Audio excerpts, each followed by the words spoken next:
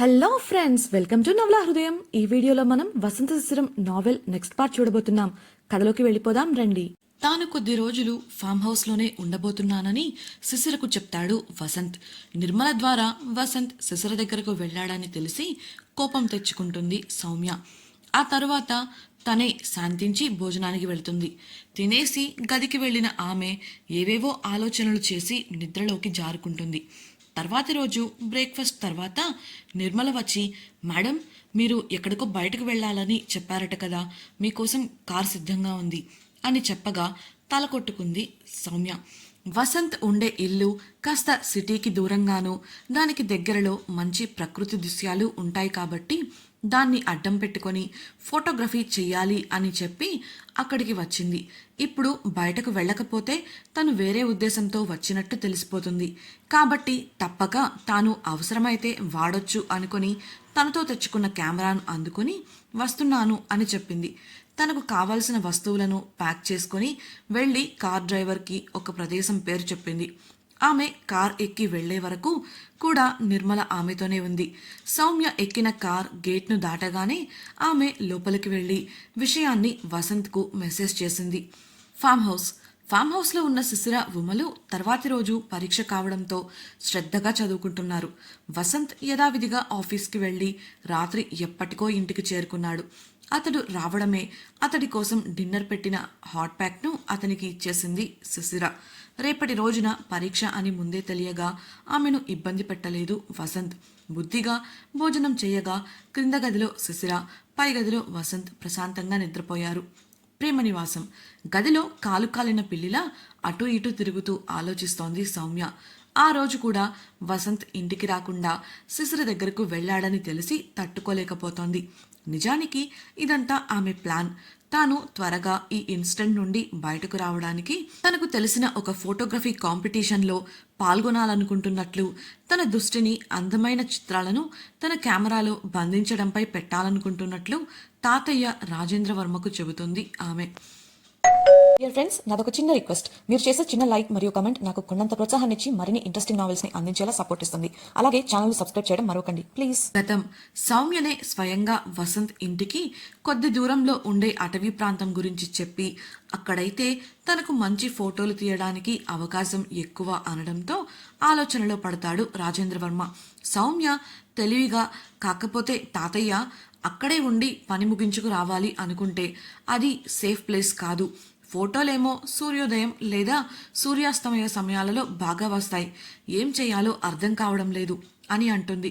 మళ్ళీ తనే, తాతయ్య ఒక ఆలోచన, ఆ ప్రాంతం వసంత్ వాళ్ళ ఇంటికి చాలా దగ్గరగా ఉంటుంది. నేను అక్కడ ఉండగలిగితేనే నేను ఆ పోటీలో సులభంగా గెలవగలను అంది నవ్వుతూ.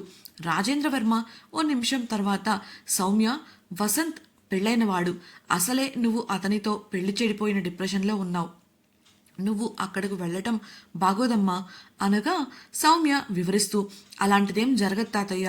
ఒకవేళ నేను వాళ్ళని చూసినా కూడా నేను ఫీల్ అవ్వను. అయినా కూడా పదే పదే వాళ్ళను చూస్తుంటే తప్పకుండా మర్చిపోతానన్న నమ్మకం నాకుంది. అలాగే అక్కడ ఉంటే నేను క్షేమంగా కూడా ఉంటాను. ప్లీజ్ తాతయ్య, మీరే నాకు సాయం చేయాలి అని అతడి చెయ్యి పట్టుకొని చిన్నపిల్లలా అడగడంతో అతడికి వసంత్తో మాట్లాడక తప్పలేదు. వసంత్ ఒప్పుకున్నాడని తెలిసాక మనసులోనే ఎగిరి గంతేసినంత పని చేసింది సౌమ్య. ప్రస్తుతం ఎంత చక్కగా ప్లాన్ చేశాను, కానీ ఇలా అయ్యింది. ఎలా అయినా శిశిర ఉండదులే, వసంత్ను తీసుకొని బయటకు వెళ్ళొచ్చు అనుకున్నాను. అక్కడ ఏదో ఒకటి చేసి వసంత్ మనసులో చోటు సంపాదించాలనుకున్నాను. కానీ ఈ వసంత్ కూడా దాని దగ్గరకు వెళ్ళి కూర్చున్నాడు. ఎలా అయినా సరే శిశిర వచ్చేలోపు వసంత్ను దారికి తెచ్చుకోవాలి. అయినా ఇంకా సమయం ఉందిగా, ఇంటికి రాకుండా ఎక్కడికి పోతాడు, వదలను అనుకుంటూనే మంచంపై కూర్చుంది. ఉదయం తప్పక బయటకు వెళ్లడంతో పాటు డ్రైవర్ తోడుగా ఉండటంతో ఆమెకు ఆ అటవీ ప్రాంతానికి వెళ్ళి ఆ తుప్పల్లో ఫోటోలు తీయక తప్పలేదు. అలవాటు లేని పని కావడంతో ఎగుడు దిగుడు దారులలో నడవడం వల్ల కాళ్ళు బాగా లాగేశాయి. అంతేనా, కెమెరా మరియు భుజాన ఉన్న బ్యాగు వల్ల 2 భుజాలు రామకీర్తనలు పాడుతున్నాయి. నొప్పులకు వాల్నీ స్ప్రే కొట్టుకుని అలసట వల్ల మత్తుగా నిద్రపోయింది సౌమ్య. ఫామ్ హౌస్ రోజులు గడుస్తూ ఉన్నాయి. వసంత్ చెప్పినట్లే వారి పరీక్షలు ఉన్న రోజున కేవలం శిశిర ఉమలకు బ్రేక్ఫాస్ట్ చేసి పంపుతున్నాడు. మిగతా సమయాలలో శిశిర వంట చేస్తోంది. మధు తమ కోసం బ్రేక్ఫాస్ట్ అని అడగగా కావాలంటే వండుకోండి, లేదంటే బయట తినండి అంటూ నిర్మోహమాటంగా చెప్పేసింది ఉమ. డ్రగ్స్ కేస్ విషయంలో వారు చేసిన పనికి ఇంకా వారిపై ఆమెకు కోపం పోలేదు. అంతేనా, ఆ కేస్ సాల్వ్ అయిన తెల్లవారే ఉమకు కూడా చెప్పకుండా వాళ్ళ ఊర్లకు వెళ్ళిపోయారు. తిరిగి పరీక్ష జరిగే ముందు రోజు వచ్చారు. కనీసం తనకు కానీ శిశిరకు కానీ అంత చేశాక ఒక్కసారి కూడా క్షమాపణ చెప్పలేదు. పైగా ఇప్పుడు కూడా వారి నోటి దురుస్తనంతో ఏ మార్పు లేదు. అందుకే ఎక్కడికక్కడ ఖండిస్తూ వారి భోజనాన్ని వారినే వండుకోమని చెప్పారు. శిశిర భర్త పైనే ఉన్నాడని తెలిసింది వారికి. అయితే మొదటి రోజు మాత్రమే వసంత్ కారులో వచ్చాడు. తర్వాత రోజు నుండి బైక్పై రావడం, ఒక్కసారి కూడా అతన్ని చూడకపోవడం జరిగాయి. మధు చొరవగా ఓసారి మీ హస్బెండ్ని పరిచయం చేసేసిరా అంటూ రాగాలు తీయగా, పరిచయం చేయకపోతే చచ్చిపోవులే కానీ పోయి పని చూసుకో అంటూ ఘాటుగా సమాధానమిచ్చింది ఉమ. శిశిర హస్బెండ్ వసంత్ అనే విషయం వారికి తెలియదు. ఏ సాధారణమైన ఉద్యోగో అనుకుంటూ ఉన్నారు. అలాగే ముఖం కనిపించకుండా ఎప్పుడూ హెల్మెట్ వేసుకొని ఇంట్లోకి వెళ్ళడం గమనించి అతడు ముఖం చూపించడానికి సంకోచిస్తున్నాడంటే అంత బాగోడని డిసైడ్ అయ్యారు. ఉమ ఫామ్ హౌస్ లీజ్ విషయం వారి దగ్గర దాచేసింది కావాలనే. ఇప్పటికే ఇంటి అద్దెలో 50% శిశిర ఉమలే భరిస్తున్నారు. దానికి తోడు ఇంట్లో పనులలో కూడా సాయం చేయకపోగా లేనిపోని తలనొప్పులుగా తయారవుతున్నారు. ఇక లీజ్ విషయం తెలిస్తే శిశిరను కాకాపట్టి ఉచితంగా ఉండిపోవడానికి చూస్తారు.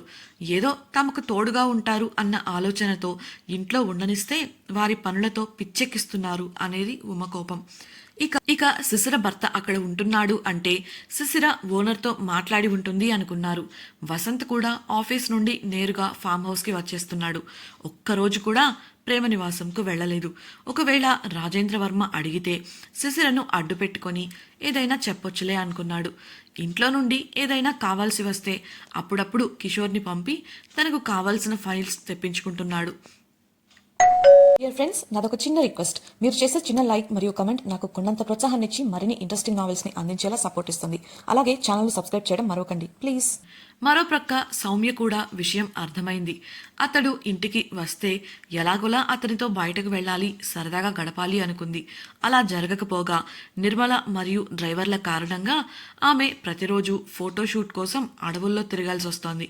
అద్దాల మేడలో కాలు కందకుండా అపురూపంగా పెరిగిన సౌమ్య ఈరోజు తాను తవ్విన గోతిలో తనే పడింది. ముఖం పీకిపోయి శరీరం చిక్కిపోయింది. అడవి ప్రయాణం వల్ల ఉదయం నుండి సాయంత్రం వరకు అడవిలో తిరగడం అంటే మాటలా మరి? తన తాతయ్యకు ఫోన్ చేసి వసంత్ ఇంటికే రావటం లేదని వచ్చేలా చేయమని చెబుదామంటే ఎక్కడ ఆయనకు తనపై అనుమానం వస్తుందో అని ఆగిపోయింది. ఆయనకు అనుమానం వచ్చేలా తాను ఏం చేసినా అడ్డంగా దొరికిపోవడం ఖాయం. అంతేనా, తాను ఒకవేళ ఫామ్ హౌస్ దగ్గరికి వెళితే వసంత్కు తను చేస్తున్న పని తెలిసిపోతుంది.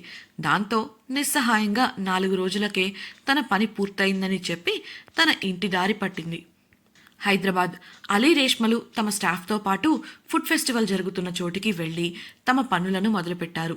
రేష్మ సలహాతో కొన్ని ఫ్లయర్స్ ప్రింట్ చేయించి వచ్చిన కస్టమర్స్కు అందించాలనుకున్నారు.